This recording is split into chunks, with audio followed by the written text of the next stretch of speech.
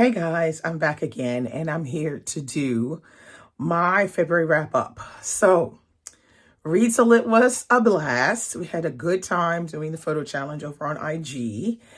And we also had the Read to Lit roll up in the stories. That was fantastic too. Everybody came through with some great content. But with everything going on and on top of it, work, it made my TBR that I had originally started with just turn into a shit show. So literally, I did what I could do. Okay. So how it worked was I have 3 books that I read for in honor of Read So Lit, and I have one that is part of an ongoing author discovery. Okay, so we're going to get started with the author discovery book. It was really read for the purpose of my Zola trilogy read with Anna. And we read Geminine. So this is book 13 in the Rougon Macau series. Whew, this book was so freaking intense.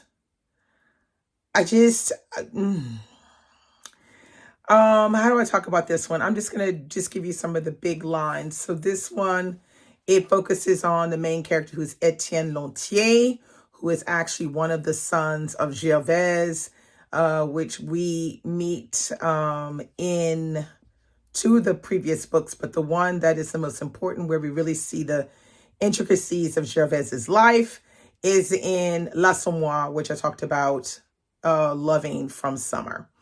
So this is a Geminine, and Etienne arrives on the scene. He has been fired from his previous job because he was drinking too much, and he got into a fight with his boss, and he hit him, and so he was subsequently fired.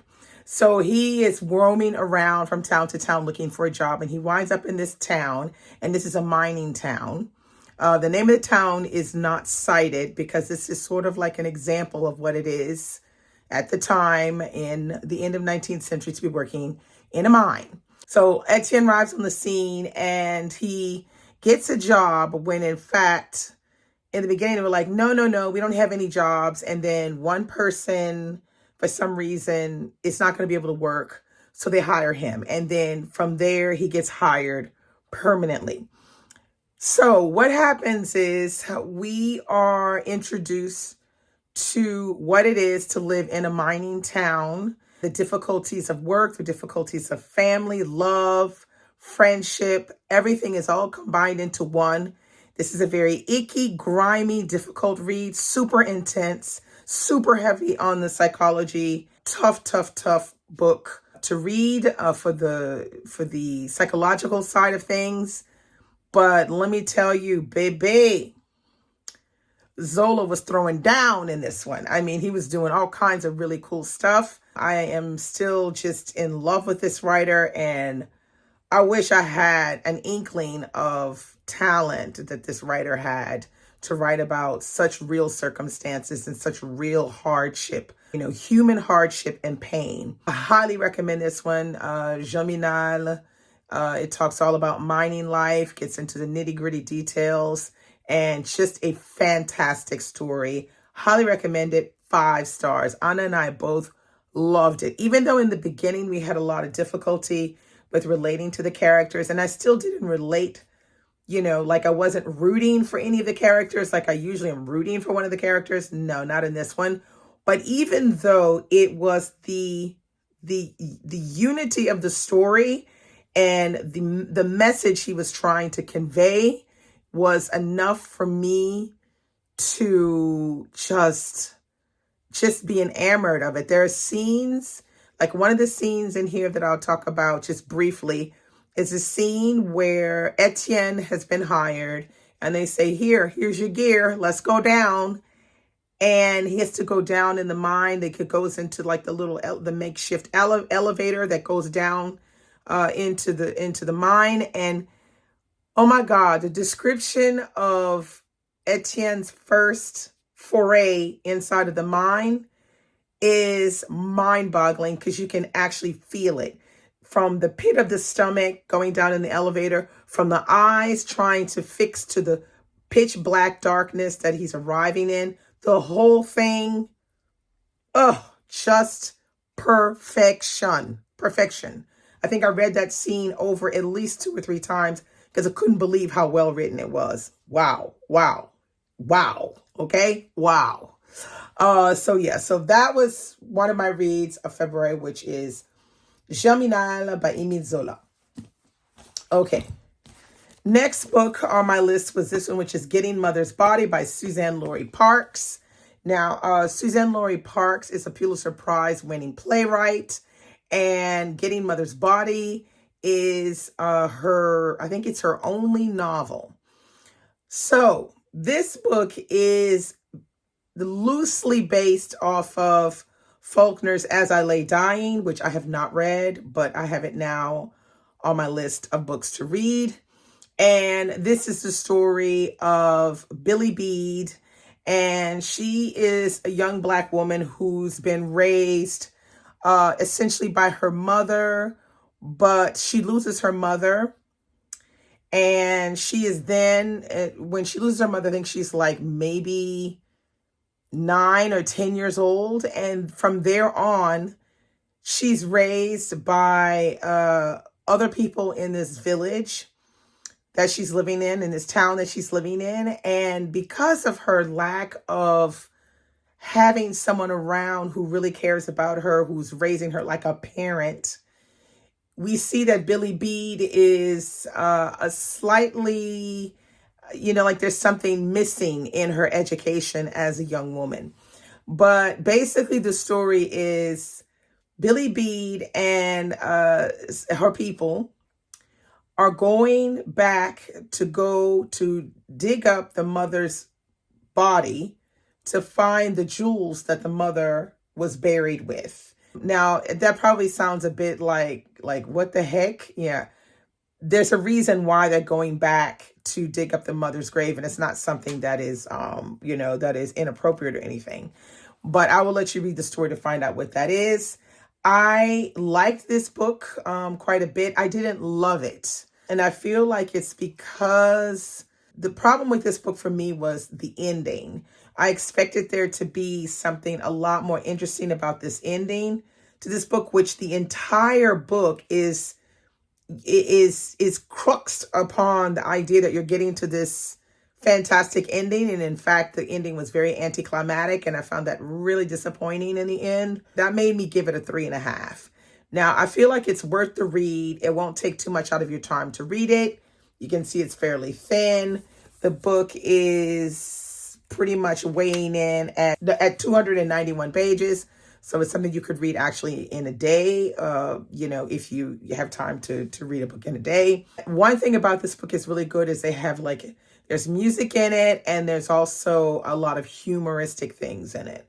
So this is a book that can lighten the load on your psyche if you're reading too many intense books. And I was reading Intensity this month on 2 of the books. So yeah, I recommend it for that, even though I, didn't give it a 4 stars. I gave it a 3.5. So I feel like it's worth the read. Check it out.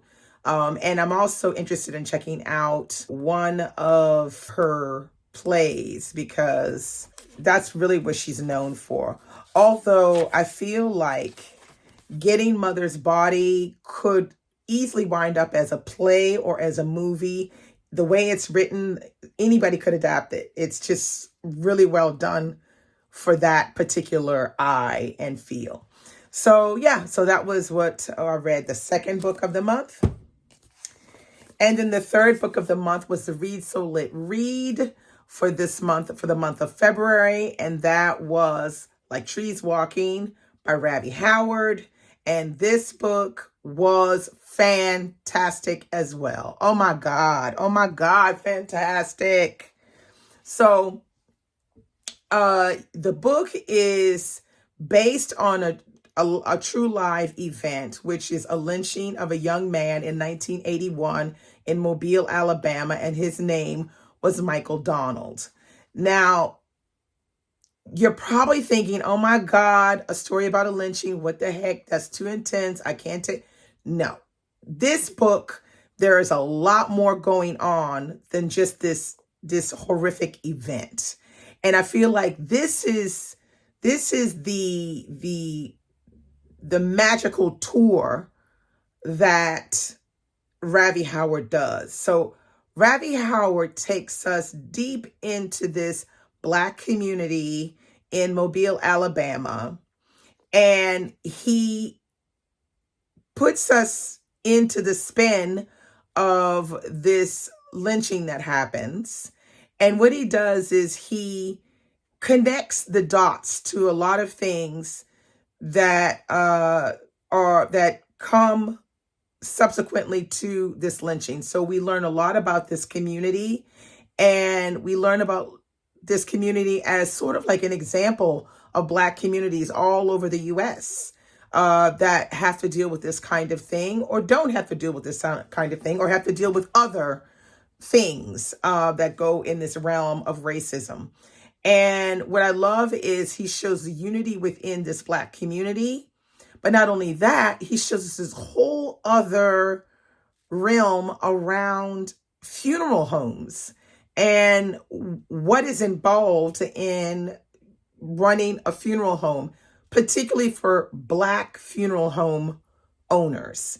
And we see that there is the main characters are two brothers, and their father and mother run a funeral home. And it is expected that their sons will join in on the business when they get old enough. So it's through this lynching that we are then brought into this home where they run a funeral home. And then we see what it is to prepare a body, what it is to receive the family, what they do to make the family feel comfortable. It's just a whole process. And he goes through it very well within the book, while at the same time talking about education and music and all of the things that globalize this Black American community and how this lynching affects everyone in it. And it's just brilliant. I mean, he takes everyday actions like just eating breakfast and turns it into a literary feast, because he's showing you that death interrupts life. And he's showing you the intensity of that in the sense where there's nothing that you can do to stop it. Death is going to arrive and it's going to disrupt your life. And you see how it disrupts this community. And it's just so brilliantly done, down from talking about Jubilee and, memories of being younger and thinking about, thinking about their best friend.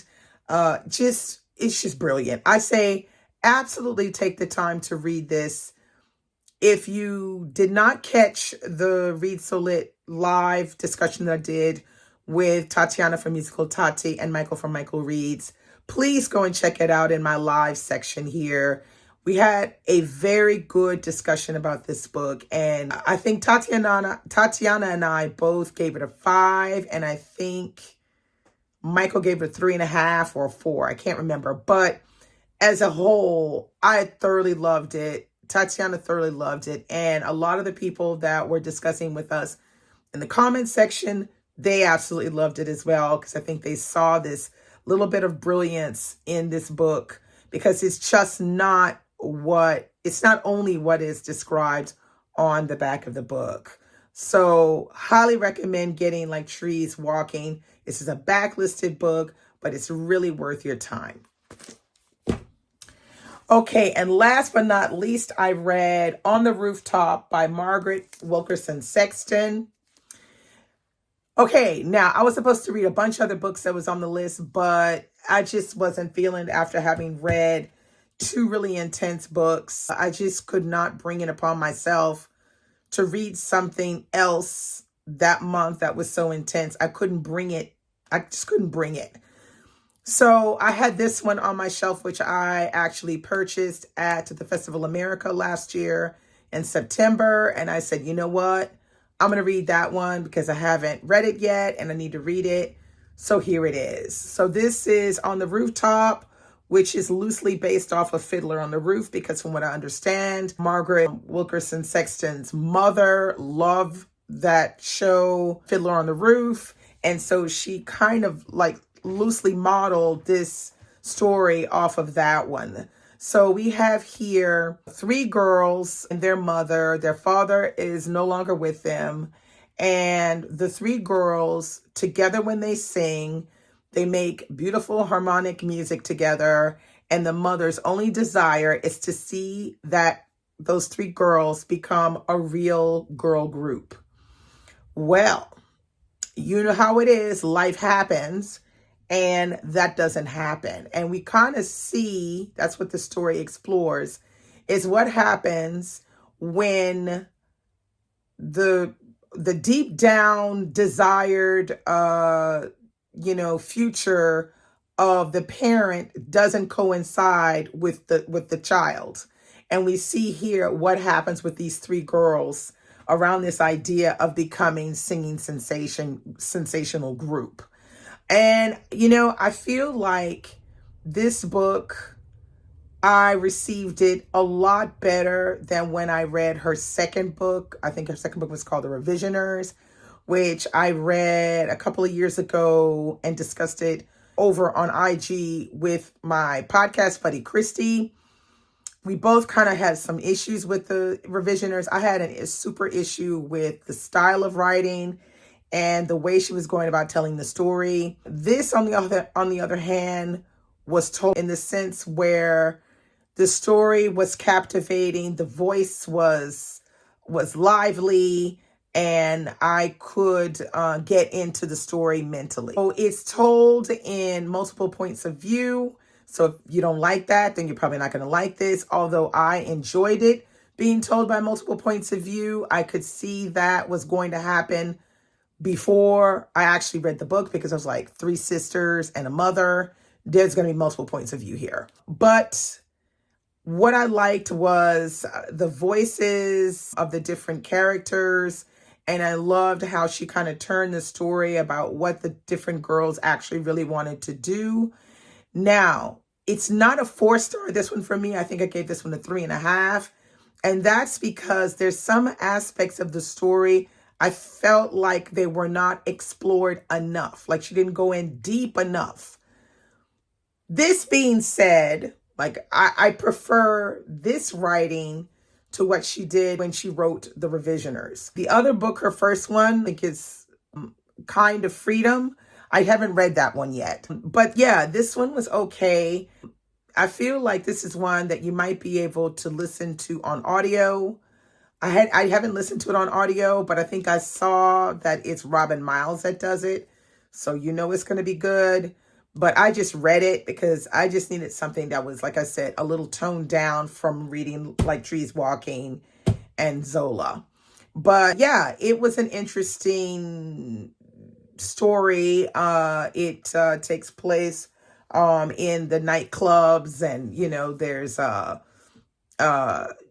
there's also another story of something that's going on in the neighborhood, and there's a couple things that are really interesting going on.